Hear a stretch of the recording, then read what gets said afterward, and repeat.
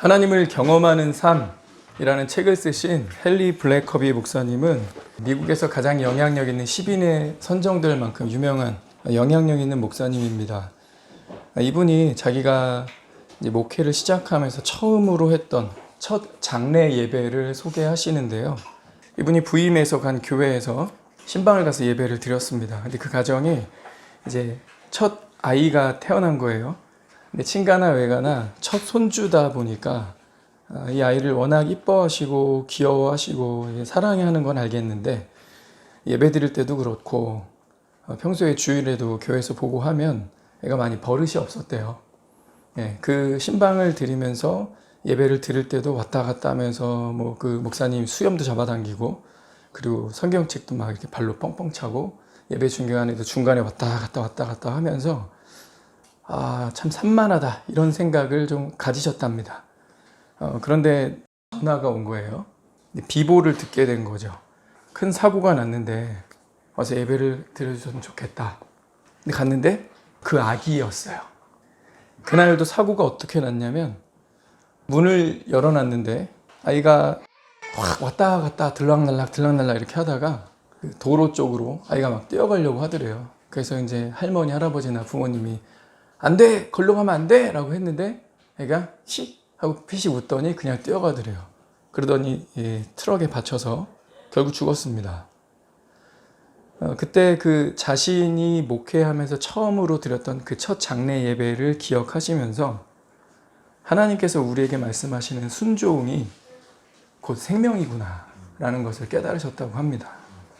그 아이가 그날 하루만 부모님이 혹은 할머니, 할아버지가 가지 말라고 했는데 뛰어간 걸까요? 우리 잘 아는 법칙이 있습니다. 심은 대로의 법칙이죠. 심은 만큼 나고요. 심은 것이 납니다. 그렇죠? 콩 심었는데 팥이 날 수 없죠. 아이에게 먹인 만큼, 뿌린 만큼, 아이를 훈육시키고 아이를 길들인 만큼 그 반응이 다른 일상에도 이어가기가 돼서 튀어나오는 거죠. 아이에게 무엇을 가르쳐야 하느냐?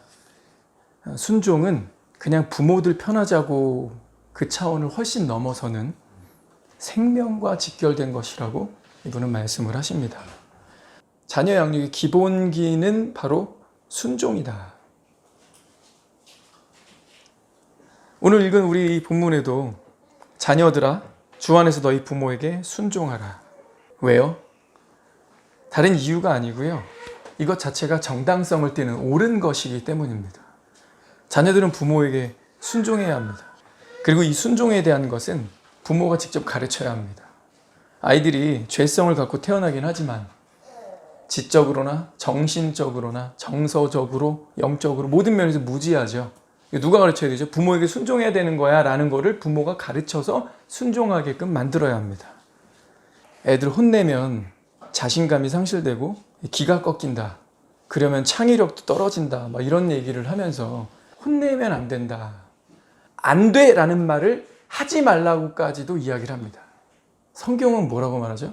안 된다라고 가르치라고 말합니다. 심지어는 채찍을 들라고도 하셨어요. 성경과 세상은 똑같이 가지 않습니다. 세상은 근데 그럴싸하게 말하고 있고요. 여러 사람이 있고 또 나를 둘러싼 사람들이 그렇게 말하다 보니까 우리가 혼동하고 그리스도인이면서도 세상에 비유를 맞추느라 혼을 쏙 빼놓을 수도 있어요. 남들 다 그러는 것 같으니까 그 사람들 앞에서는 내가 교회 다니고 있어도 오히려 교회 다닌 것까지 감추고 세상이 하는 방향으로 방식으로 따라가야 될 것 같은 그런 모습을 우리가 취할 때도 종종 있죠. 그런데 성경은요. 안 되는 것을 가르치고 되는 거를 가르쳐라. 안 되는 거 말하고 안 되는 거에 대해서 아이들이 그걸 넘어갔을 때 매를 들면 아이가 되는 것이 뭔지도 깨닫게 된다는 거죠. 성경은요. 기본 자체가 거룩이에요. 거룩은 한마디로 얘기하면 구분되는 거죠. 옳은 것과 그른 것, 참된 것과 거짓된 것, 아름다운 것과 더러운 것 구분하라는 거예요. 아이가 응가했을 때 소변을 봤을 때 그대로 침실로 그대로 데려온 부모 없잖아요. 구분시키는 겁니다. 안 되는 걸 가르치면 아이들이 되는 걸 깨닫게 되는 거죠. 근데 안 되는 걸 가르칠 때 인간은 죄성이 있기 때문에 주님 뭐 하라고 하시죠? 매를 들고 훈육하라고 하시는 겁니다. 6장 1절에 나온 이 자녀들, 이 자녀라는 단어는요. 영유아만 말하는 게 아니라요. 결혼 전까지 부모 안에서 살고 있는 그 자녀를 말합니다. 그 말은 뭐죠? 우리가 아직 결혼하지 않았다면, 그리고 내가 결혼 전까지 내 자녀를 가르칠 의무가 있다는 거예요. 결혼 전까지 부모에게, 아버지에게, 어머니에게 순종할 의무가 있다는 겁니다. 그리고 이거는요, 그 범위가 아주 포괄적이에요. 내가 하고 싶은 것만, 내가 좋은 것만, 내가 할 만한 것만이 아니라 골로새서 3장 2절에 20절 가면 자녀들아 모든 일에 부모에게 순종하라. 모든 일이라고 얘기를 했습니다. 모든 일에 부모에게 순종하라. 이는 주 안에서 기쁘게 하는 것이니라. 누굴 기쁘게 하는 걸까요? 이게 애매하죠, 번역이. 이는 주 안에서 기쁘게 하는 것이니라. 누굴까요? 부모에게 모든 일에 순종했으니까 부모가 기쁜 걸까요? 아니요, 주 안에서예요. 누가 기뻐하시는 걸까요? 하나님이 기뻐하시는 겁니다. 이건 하나님께서 우리에게 이 자체가 정당하기 때문에 너희가 그러해야 한다라고 말씀하시는 거죠. 성도들의 생활에서 빼놓을 수 없는 단어가 있다면 바로 순종 아닙니까? 하나님께 순종하고 말씀에 순종하는 것이 신앙생활입니다. 그리고 부모에게도 순종할 수 있어야 합니다. 요한일서 4장 20절, 누구든지 하나님을 사랑하노라 하고 그 형제를 미워하면 이는 거짓말하는 자니 보는 바 그 형제를 사랑하지 아니하는 자는 보지 못하는 바 하나님을 사랑할 수 없느니라. 보이는 형제를 사랑하지 않으면서 보이지도 않는 하나님 사랑한다라고 말하면 우리 뭐라고 보통 느끼죠? 위선자, 이렇게 느끼죠. 예수님도 전에 지극히 작은 것에 충성된 자가 지극히 큰 것에도 충성되고, 지극히 작은 것에 신실하지 못한 자는 지극히 큰 것에도 신실하지 못하다고 했습니다. 초등 수학을 못하고 있는 애한테 중등 고등 수학을 가르칠 수는 없는 거죠. 눈에 보이는 사람을 사랑하지도 않으면서 보이지 않는 하나님을 섬기고 있다, 그분을 내가 열정적으로 사랑한다라고 말하는 것이 어불성설 아니겠습니까? 오늘 이 얘기하고 있는 거예요. 눈에 보이는 부모에게 순종하지 않으면서 눈에 보이지 않는 하나님께 순종한다고? 그걸 누가 믿어주겠습니까? 우리가 우리 부모님에게 순종해야 하고 그 부모에게 순종해야 한다는 것을 아이에게 또 가르쳐야 합니다. 네가 나한테 순종하지 않으면, 내가 지금 나의 부모에게 순종하지 않으면 내가 말하고 있는 이 신앙이 거짓말이 될 수 있다, 위선이 될 수 있다. 부모는요, 하나님의 대리인 아닙니까? 아이를 키울 때 부모가 멋쩍어 하지 말고, 나도 학생 시절에, 청년 시절에 부모에게 순종 잘 안 하고 맨날 엄마한테 대들었는데, 아빠한테 대들었는데, 아빠랑 얘기도 잘 안 했는데, 이런 거 생각하지 말고 결혼하게 되면요, 회개하고 내 과거와 내 죄를 묻어달라고 하나님께 의탁드리고 그때부터 말씀에 새 출발을 하시면 됩니다. 주님, 제가 제 부모에게 순종을 많이 못했지만 제가 이제라도 부모님께 순종하겠습니다. 그리고 제가 청년 시절, 미혼 시절 제대로 못했던 것들이 막 기억나지만 하나님께서 약속의 말씀을 주셨기 때문에 이제라도 순종하고자 합니다. 그럼 뭐 하셔야 돼요? 자녀에게 순종을 가르쳐야 돼요. 저희 아이들은 반복된 레파토리 있어요. 어릴 때부터 계속 듣게 하는 거 있어요. 반복만큼 사람의 뇌리에 오래 남기는 게 없죠. 마케팅의 기본도 반복 아닙니까? 자꾸 노출시키는 거잖아요. 우리가 자꾸 보는 것, 자꾸 듣는 것, 그것만큼 우리에게 익숙해지고 길들여지는 게 없죠. 그죠? 저는 그래서 그 방법을 아이들에게 씁니다. 어릴 때부터 아이들에게 아빠가 부르면 어떻게 해야 되지? 네 하고 와야 돼요. 이걸 계속 애들이 언어 트이는 순간부터 계속 말해줬어요. 그랬더니 아이들이 이제 조금 크고 나니까 제가 딱 부릅니다. 정준아, 그럼 왜요? 하고 안 와요. 컸다 이거죠. 그럼 저는 상기시켜 줍니다. 아빠가 부르면 어떻게 해야 되지? 들은 게 있어. 몸에 밴 게 있어. 네 하고 와야 돼요. 그지? 근데 너 왜 안 오니? 그럼 네 하고 엉덩이 떼고 와요. 훈련이죠. 인지하는 거죠. 저는 그거 당당하게 합니다. 성경이 부모에게 자녀들이 순종할 것을 이야기하고 있다면 전 그렇게 가르칠 겁니다. 여기 3절에 부모에게 순종하라. 그럼 네가 잘 되고 땅에서 장수하리라. 네가 잘 될 것이다. 땅에서 장수하리라. 우리가 원하는 두 가지 아닙니까? 잘 됐는데 요절했어. 오래 사는데 맨날 몸이 아프고 잘 어디 가지도 못하고 돈도 많은데 오래 사는데 몸이 안 좋아. 비참하지 않습니까? 건강해야 등산도 좀 다니시고 여행도 다니시고 맛있는 것도 먹고 그럴 거 아니에요. 얼마나 괴롭습니까? 이 두 가지를 다 얘기하고 있죠. 네가 잘 되고 땅에서 장수하리라. 근데 이거는요, 부모의 심정만 조금 이해해도 그냥 공감이 되는 부분이죠. 이 세상 어느 부모가 자기 자식 안 되길 바랍니까? 자기 자식이 나보다 먼저 죽기를, 빨리 죽기를 바랍니까? 나는 이렇게 가지만 너는 잘 됐으면 좋겠다. 나는 이렇게 병이 들어서 부득이 이렇게 되었지만 너는 건강검진도 자주 받고 자기 몸 관리도 잘해서 오래오래 살아라. 부모 마음이 사실 이거잖아요. 그죠? 그러니 부모가 아이에게 순종을 요구하는 것들이 대부분 어떤 걸까요? 우리 사람이라 부모의 괜한 욕심을 애한테 대리만족 혹은 정말 권위적인 것도 있어요. 애들한테 시킬 때. 그렇죠? 예. 그러나 거의 대부분은 부모가 아이에게 순종을 요구하는 거의 대부분은 어떤 마음에서 어떤 결과를 향하고 있나요? 애들 잘 되길 바라는 거지. 아빠가 살아보니까 사회생활 할 때 이런 게 있더라. 가방끈 짧으니까 청년 시절에도 어느 대학 나왔냐 막 이런 것도 약간 스트레스나 열등감도 좀 있었어.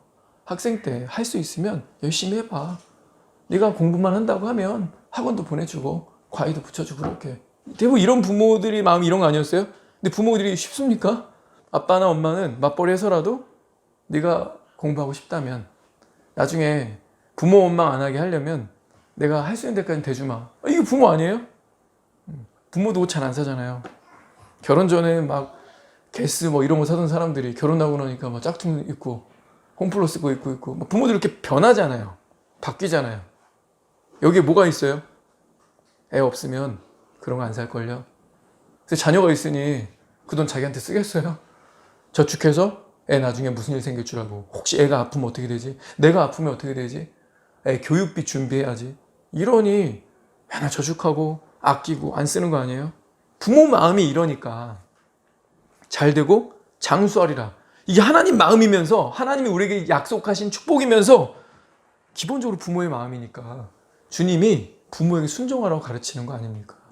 순종은 기본적으로 널 향한 마음이다. 이걸 우리에게 가르쳐 주시는 거죠. 내 아버지와 어머니를 공경하라. 이건 약속이 있는 첫 계명이라 해서 첫 계명. 이 첫 계명이라고 하는 거는 순서적인 첫째란 뜻도 있는데 성경에서 첫 것, 첫째 이럴 때는 보통 유일한, 가장 중요한 이런 의미를 갖습니다. 그래서 첫 계명이라고 하는 건 우리가 사람으로서 하나님께 순종하면서 받을 수 있는 유일한 약속이라는 거고요. 가장 중요한 약속이 될 수 있다는 거예요. 그래서 하나님께 잘해야 되는 거 네 가지를 앞에 말씀하시고 나서 나 외엔 다른 신을 내게 두지 말라. 나밖에 없다. 우상 숭배하지 마라.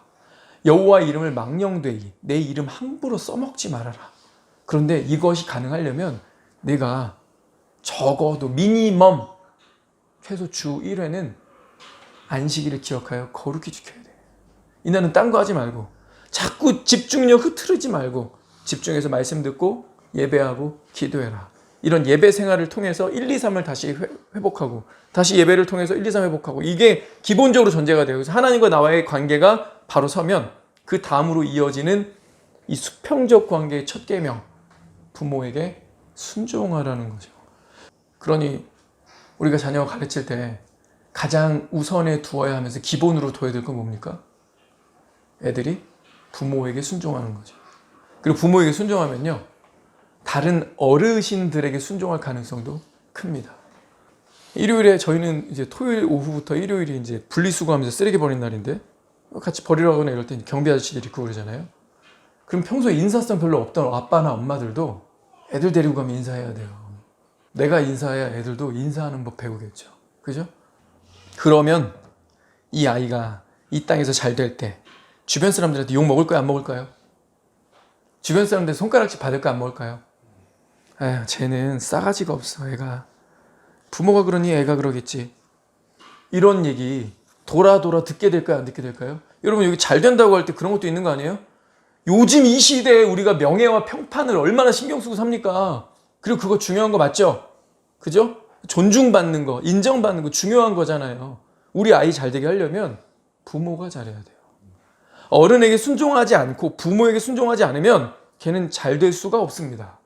다 사람들이 싫어하는데 아무도 뒤봐주지 않을걸요?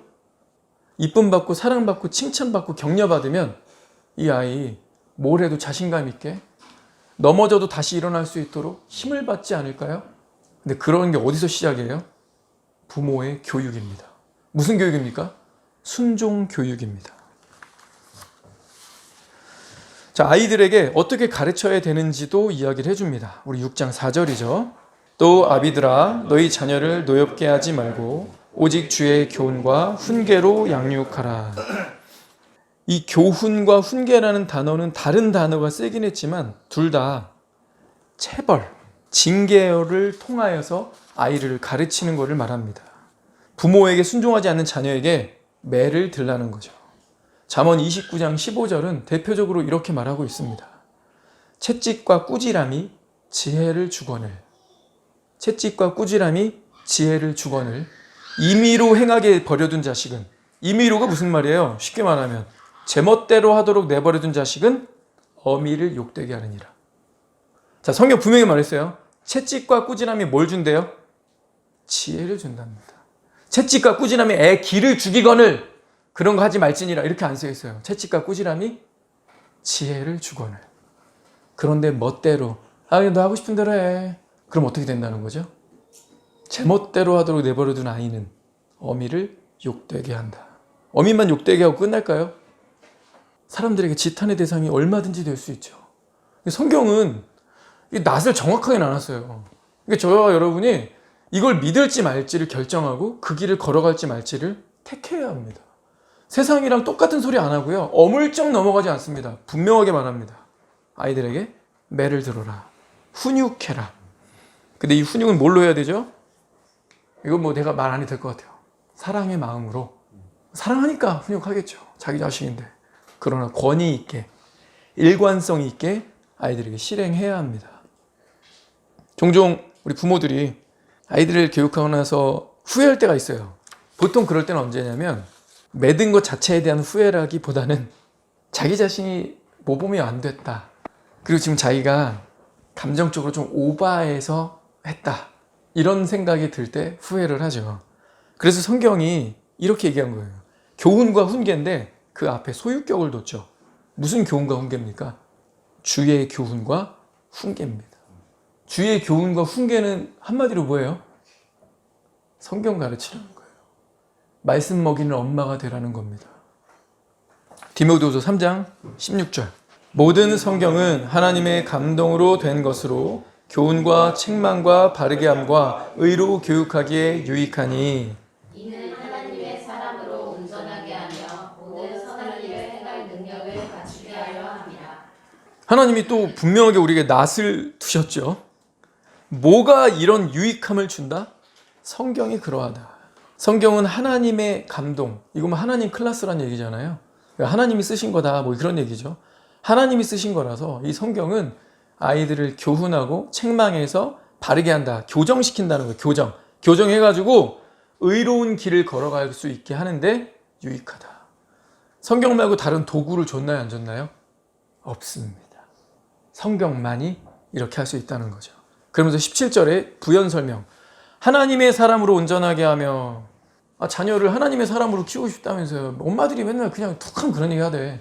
믿음의 가정이라고 하면서 기독교 집안들이 애 낳고 나서 유아 세례 받을 때 하는 말 들어보면 맨날 우리 아이를 하나님의 사람으로 키우겠대.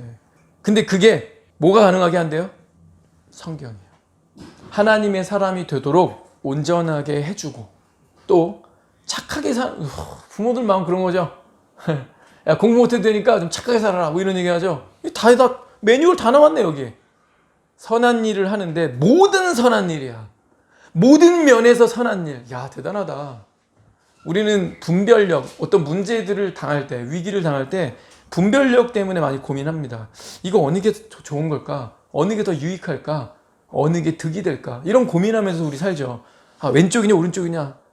이 고민합니다. 뭘 선택해야 되냐? 뭘 선택해야 후회가 그나마 덜할까? 이런 고민하면서 분별력 때문에 힘들어요. 근데 그거 준대잖아요. 무슨 일을 하든지 모든 면에서 선하게 판단할 수 있도록 그런 능력을 갖추게 한다. 뭐가요? 성경이. 이게 바로 주의 교양과 훈계입니다. 애들이 이걸로 가르쳐야 된다는 거예요. 반대로 이걸로 안 가르치면 어떻게 되는 거죠? 애들을 노엽게 하는 겁니다. 그냥 애들을 괜히 약 올리고 성나게 하는 경우들이 좀 있습니다. 주의 교훈과 훈계가 아닌 걸로 가르쳐서 그렇죠. 부모가 일관성이 없어서 그렇죠. 그럼 애들은 어느 순간부터 부모와 이야기하는 창구를 열었다 닫았다 열었다 닫았다. 그리고 어느 면에서 엄마랑 얘기 안 할 건지 닫기 시작합니다. 애들이 말을 안 하는데 애들이 나한테 묻지 않겠대. 그것만큼 속상한 일 아마 없을걸요. 근데 아까 우리 시작할 때 말했습니다. 뿌린 대로 거둔다. 심은 것을 거둔다. 내가 콩 심었으면 콩만 기대해야 돼요. 그래서 여기 성경이 그렇게 얘기하는 적어줘요. 모든 성경입니다. 성경은요, 콩만 주지 않고요, 팥도 주고요, 여러 가지 다양한 온갖 과일 씨 다 줍니다. 아이를 어떻게 키워야 될지, 어떤 문제에 어떻게 대응해야 될지, 부모로서 언제 본을 보이고 어떻게 말해야 될지 성경은 모든 것을 주고 있다는 거죠. 그러니까 모든 선한 일을, 그것도 하나님의 사람으로 퍼펙트, 온전하게 할 수 있는 능력을 준다라고 이렇게 자신감 있게 우리에게 얘기하지 않았습니까? 자, 오늘 우리 요 에베소 본문에서 두 가지는 확실해졌죠. 애들 가르치는 기본기는 뭘까? 자녀 양육의 기본기는 순종이다. 애들에게 순종을 가르치십시오. 그리고 애들에게 다양한 면에서 우리가 하나님의 뜻을 알게 해줘야 되는데 그 모든 지식의 보완은 성경에 있다. 신명기 6장 4절 9절 이스라엘아 들으라. 나의 하나님 여호와는 너의 하나님 여호와는 오직 유일한 여호와시니 너는 마음을 다하고 뜻을 다하고 힘을 다하여 내 하나님 여호와를 사랑하라. 하나님 사랑해라. 근데 어떻게 사랑해야 돼요? 모든 것을 다해서 하나님 사랑하래요. 근데 그 얘기를 하고 나서 바로 덧붙인 교훈이 뭐예요? 뭘로 이어가게 하고 있어요? 뭐랑 연결지어서 적용을 던집니까? 자녀 양육이에요. 오늘 내가 내게 명하는 이 말씀을 너는 마음에 새기고 자녀에게 부지런히 가르치고 앉아있든 길을 갈 때든 누워있든 일어날 때든 이것을 강론하고 손목에 메고 기호를 삼고 미간에 붙이고 표로 삼아 내 집 문설주와 바깥문에 기록할지니라. 주님 말씀 되게 시각적이죠. 문설주, 바깥문 붙여라. 이마에 손목에 매라. 손목에 말씀을 매래요. 그리고 네 아들이 언제든 볼 수 있도록 아빠를 쳐다보면 볼 수 있도록 미간에 붙이래요. 그리고 가르치래요. 어떻게 가르쳐요? 부지런히. 시간적으로 열정적으로 개념도 이야기 여기 들어가 있지만 앉으나 서나 누워 있으나 집안에 있든지 애 데리고 어디 밖에 나가든지 항상 가르치래요. 여러분 이러려면 오늘 이 말씀 꼭 드려야 됩니다. 여러분 공부하세요. 부모들 공부해야 합니다. 안 그러고 스마트폰만 깨작대기 시작하면요 애들도 나 빨리 사달라는 얘기밖에 안 하겠죠. 하나님의 사랑이 자녀 교육으로 연결되었습니다. 하나님 사랑한다는 것은 무엇을 적용하는 거였어요? 바로 자녀 교육이었습니다. 내가 마음을 다하고 힘을 다하고 뜻을 다하여 내 모든 것을 통해서 하나님을 사랑해야 하는데 그것은 네 세대에서 끝나면 안 되고 네 자녀 세대 그리고 그 자녀 세대에서도 끝나면 안 되고 자녀의 자녀의 자녀 세대 인류 역사가 끝나는 그날까지 이어져야 한다. 세대가 단절됨 없이 계속 이어져야 한다. 그러니 자녀를 가르쳐라. 부지런히 가르치라고 했어요. 앉으나 서나 일어나나 밖에 나가나 들어가나 뭘 하든지 항상 가르쳐야 돼요. 이것을 강론하래요. 그러려면 애들 가르칠 테마 있어야 됩니다. 오늘 여기 에베소서 6장 4절에서 아비들 이렇게 정확히 찝어놨죠. 유대인 사회에서는 아버지가 자녀 교육의 핵심이고 기준이기 때문입니다. 모든 건 다 아버지한테 배우는 거였어요. 그런데 지금 오늘날 교육이 얼마나 망가져 있습니까? 부모 아무 권위 없어요.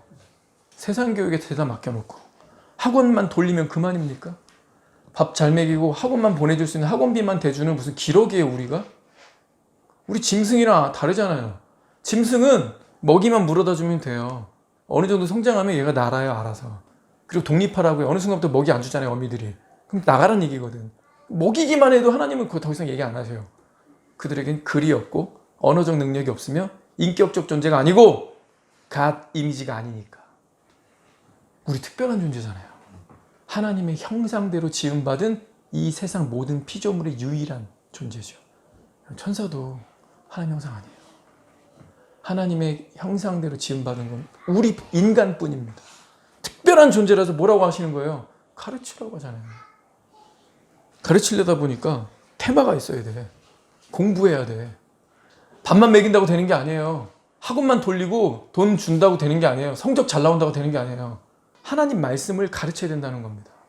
이렇게까지 자세하게 그림을 그리듯 이미지로 우리에게 가르쳐주고 있잖아요. 부지런히 언제든지 일어나든 앉아있든 손목에 메고 미간에 붙이고 여기저기 붙여놓고 항상 보고 최선을 다해서 수시로 가르쳐라. 그러니 뭐하자 부모들? 공부하자. 우리 존경하는 이 찰스 스윈서 목사님이 아이를 낳았을 때, 첫 아이를 낳았을 때 아내와 손잡고 그렇게 기도했답니다. 교수님이잖아요. 네? 달라스 신학교 수석 졸업생 아닙니까? 이렇게 똑똑하시니 책도 참 많이 읽으셨을 텐데 하나님, 저희한테 이 생명을 주셨는데 자녀 영육에 대해서 아는 바가 없습니다. 하나님, 이 아이를 잘 지도할 수 있도록 우리에게 지혜와 총명을 주십시오. 이렇게 기도한 사람 어떻게 할까요? 공부하겠죠. 그리고 공부했고 그렇게 가르치고 교정하고 시행착오 겪으면서 계속 바꿔갔으니까 자녀들이 잘 되고 책을 냈겠죠. 부모님도 공부해야 합니다.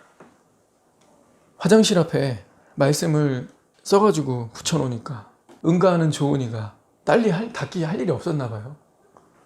제가 그냥 지나가듯이 어떤 얘기를 하다가 어떤 말씀 딱 얘기했는데 그거 나도 알아요. 그러더니 얘가 블라블라 하더라고요.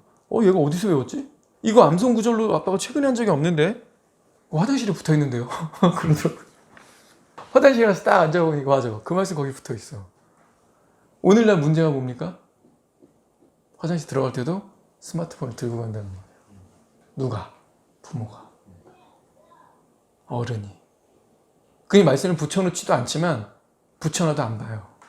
그게 암송이 됩니까? 말씀 암송하라 뭐 되게 힘들고 막 일이고 막 억지로 해야 될 것 같고 아니에요. 마음이 없는 거예요. 거꾸로 여러분 하루 한 절 말씀만 외워도 1회당 10,000원씩 준다라고 하면 우리가 외울까요? 안 외울까요? 토요일에 몰아서 한번 주 7일 동안 외웠던 거 한번 쫙 읊으면 바로 70,000원씩 입금된다고 하면 한 달이면 300,000원씩이죠. 적지 않은 돈입니다. 귀찮아. 30만 원 있어도 그만 없어도 그만. 그런 분들이 있을지도 몰라요. 난 귀찮은 것보다 차라리 그런 거 없이도 지금까지 경제적으로 어렵지 않았으니까 나 그냥 갈래. 그래요? 그럼 제가 액수를 올려봅시다. 말씀 한 절 외우는데 5만 원 준다고 하면 그럼 일주일에 35만 원이죠. 한 달이면 오 장난 아닌데요? 한 150만 원이 그냥 부수익으로 생기잖아요. 1년이면 얼마죠?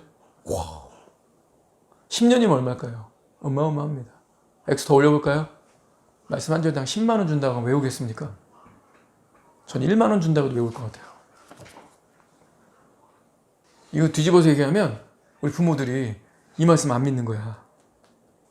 하나님이 우리에게 명령하신 건 말씀을 마음에 네가 먼저 새기고, 이거 암송하는 얘기잖아요. 네가 먼저 새기 암송하고 애들에게 계속 가르쳐라. 이거 왜 그런가 봤더니 내가 암송을 했어야 그 말씀을 해석할 수 있더라고. 말씀을 암송했어야 언제든지 튀어나오고는 머릿속에 맴도니까 묵상도 되더라고. 그럼 그거를 어디다가 이야기에 끼워 넣을까? 어느 스토리, 어느 인물 이야기하다가 그 말씀 갖다 끼워 넣을까? 궁리를 하게 되더라고요.